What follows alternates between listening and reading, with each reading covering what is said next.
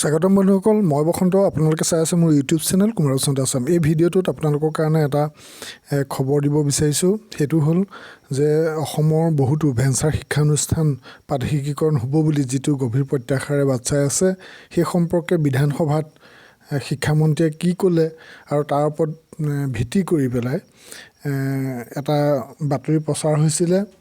সেই বাতৰিটো আপোনালোকক এই ভিডিঅ'টোত দিব বিচাৰিছোঁ। সেইটো হৈছে শীঘ্ৰে প্ৰাদেশিকীকৰণ নহয় শিক্ষানুষ্ঠান, অৰ্থাৎ ভেঞ্চাৰ শিক্ষানুষ্ঠানটো যি অনুষ্ঠানসমূহ যি প্ৰাদেশিকীকৰণ হোৱাৰ প্ৰক্ৰিয়া চলি আছিলে, কিন্তু সেয়া কিছু পলম হ'ব। সেই সম্পৰ্কে বিধানসভাত কি ক'লে এই কথাখিনি আপোনালোকে জানিব পাৰিব এই ভিডিঅ'টোৰ যোগেদি।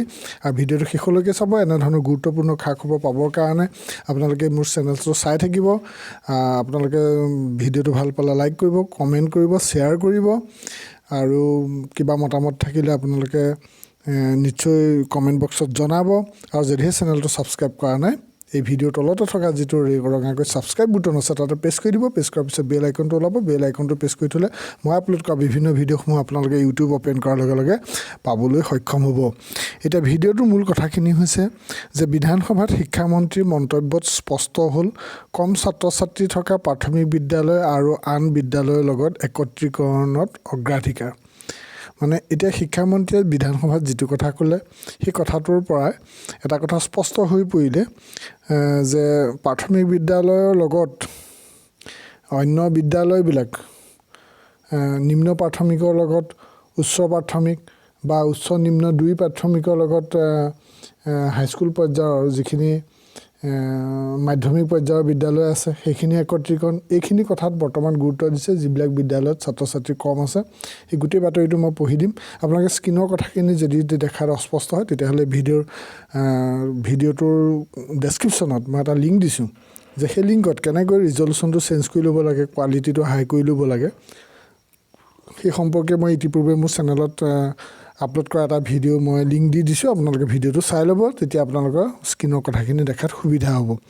এতিয়া ইয়াতে দিয়া কথাটো হৈছে, ৰাজ্যত হাজাৰ হাজাৰ শিক্ষানুষ্ঠান প্ৰাদেশিকীকৰণৰ অপেক্ষাত আছে যদিও শীঘ্ৰে কোনো এখন শিক্ষানুষ্ঠান প্ৰাদেশিকীকৰণ নকৰে ৰাজ্য চৰকাৰে। ছাত্ৰ আৰু শিক্ষকৰ আনুপাতিক হাৰ নিৰূপণৰ পাছত কম ছাত্ৰ ছাত্ৰী থকা প্ৰাথমিক বিদ্যালয়ক আন বিদ্যালয়ৰ লগত একত্ৰীকৰণ প্ৰক্ৰিয়া অন্ত পৰাৰ পাছতহে ৰাজ্য চৰকাৰে শিক্ষানুষ্ঠান প্ৰাদেশিকীকৰণৰ কাম আৰম্ভ কৰিব। অৰ্থাৎ ছাত্ৰ শিক্ষকৰ আনুপাতিক হাৰ নিৰূপণ আৰু একত্ৰীকৰণ প্ৰক্ৰিয়া সম্পন্ন নোহোৱা পৰ্যন্ত কোনো অপ্ৰাদেশিকৃত শিক্ষানুষ্ঠান প্ৰাদেশিকীকৰণ নহয়। উল্লেখযোগ্য যে বৰ্তমানে ৰাজ্যত নিম্ন প্ৰাথমিকৰ পৰা আৰম্ভ কৰি মহাবিদ্যালয়লৈ মুঠ ৬,২৭০খন অপ্ৰাদেশিকৃত শিক্ষানুষ্ঠান আছে। ইয়াৰ ভিতৰত ২৯৯৯খন নিম্ন প্ৰাথমিক, ২৭০৮খন উচ্চ প্ৰাথমিক, ২৭৮খন মাধ্যমিক, ১১৮খন উচ্চতৰ মাধ্যমিক, ১২৪খন কনিষ্ঠ মহাবিদ্যালয় আৰু ৪৩খন অপ্ৰাদেশিকৃত মহাবিদ্যালয় আছে। প্ৰাদেশিকীকৰণ আইন ২০১৭ অনুসৰি শিক্ষা বিভাগে লাভ কৰা প্ৰস্তাৱসমূহ পৰীক্ষণৰ কাম প্ৰায় শেষ কৰিছে আৰু ৰাজ্যিক বাছনি সমিতিৰ অনুমোদন সাপেক্ষে আইনৰ আওতাৰ অন্তৰ্গত বিদ্যালয়সমূহৰ পদ প্ৰাদেশিকীকৰণৰ প্ৰস্তাৱ ৰাজ্য চৰকাৰে বিবেচনা কৰিব। শিক্ষানুষ্ঠান প্ৰাদেশিকীকৰণ সম্পৰ্কত কেইবাজনো সদস্যৰ প্ৰশ্নৰ উত্তৰত শিক্ষামন্ত্ৰী সিদ্ধাৰ্থ ভট্টাচাৰ্যই কৰা মন্তব্যত ওলাই পৰে যে সোনকালে শিক্ষানুষ্ঠান প্ৰাদেশিকীকৰণ নহয় আৰু এই প্ৰক্ৰিয়া আৰম্ভ কৰিবলৈ যথেষ্ট সময়ৰ প্ৰয়োজন হ'ব। মন্ত্ৰী ভট্টাচাৰ্যই BPFৰ মহেশ্বৰ বড়ো আৰু AIUDFৰ আমিনুল ইছলামৰ প্ৰশ্নৰ উত্তৰত কয় যে একত্ৰীকৰণ প্ৰক্ৰিয়া সম্পূৰ্ণ নকৰাকৈ প্ৰাদেশিকীকৰণ কৰিব বিচৰা নাই। ছাত্ৰ শিক্ষকৰ আনুপাতিক হাৰ নিৰূপণৰ পাছত ক'ত ক'ত অতিৰিক্ত শিক্ষক আছে আৰু ক'ত কম আছে সেই কথা ঠিক হোৱাৰ পাছতহে প্ৰাদেশিকীকৰণ কৰিব পৰা যাব। মন্ত্ৰী ভট্টাচাৰ্যই আৰু কয় যে আনুপাতিক হাৰ নিৰূপণৰ পাছতহে শিক্ষক বদলিৰ প্ৰক্ৰিয়া আৰম্ভ হ'ব। এইবাৰ শিক্ষক বদলি কেন্দ্ৰীয়ভাৱে কৰাৰ পৰিৱৰ্তে সমষ্টি ভিত্তিত বদলি কৰা হ'ব। সাংসদ, বিধায়ক, জিলা উপায়ুক্তকে ধৰি 5জনীয়া সদস্যৰে গঠিত কমিটিয়ে শিক্ষক বদলি কৰিব।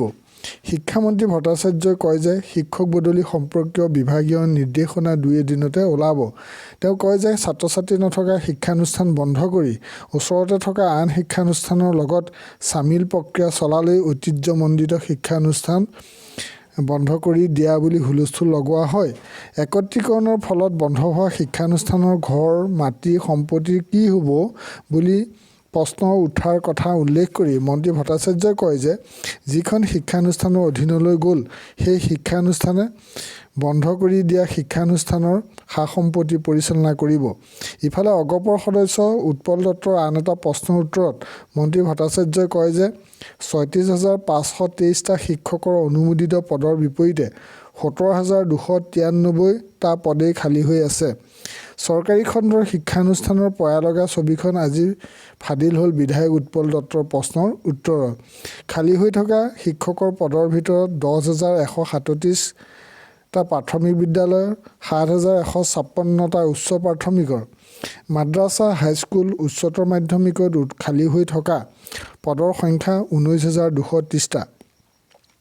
৬৩টা অধ্যক্ষ, ১১২টা উপাধ্যক্ষ, ১৩৫৩টা বিষয় শিক্ষক, ২৩৫টা প্ৰধান শিক্ষক, ২৩৫টা সহকাৰী প্ৰধান শিক্ষক, ১৫,৯২৩টা সহকাৰী শিক্ষক আৰু ১৮৮টা ডেমনষ্ট্ৰেটৰ পদো খালী হৈ আছে।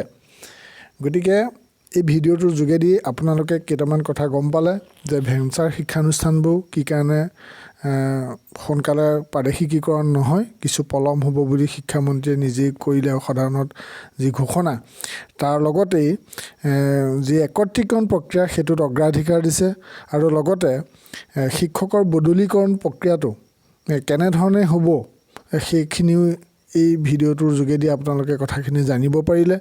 তাৰোপৰিও বৰ্তমান কিমানখিনি পদ খালী হৈ আছে সেই কথাখিনিও জানিব পাৰিলে। গতিকে এনেধৰণৰ খা খবৰ এই চেনেলটো দি থকা হ'ব। আপোনালোকে কমেণ্ট বক্সত মতামত জনাব।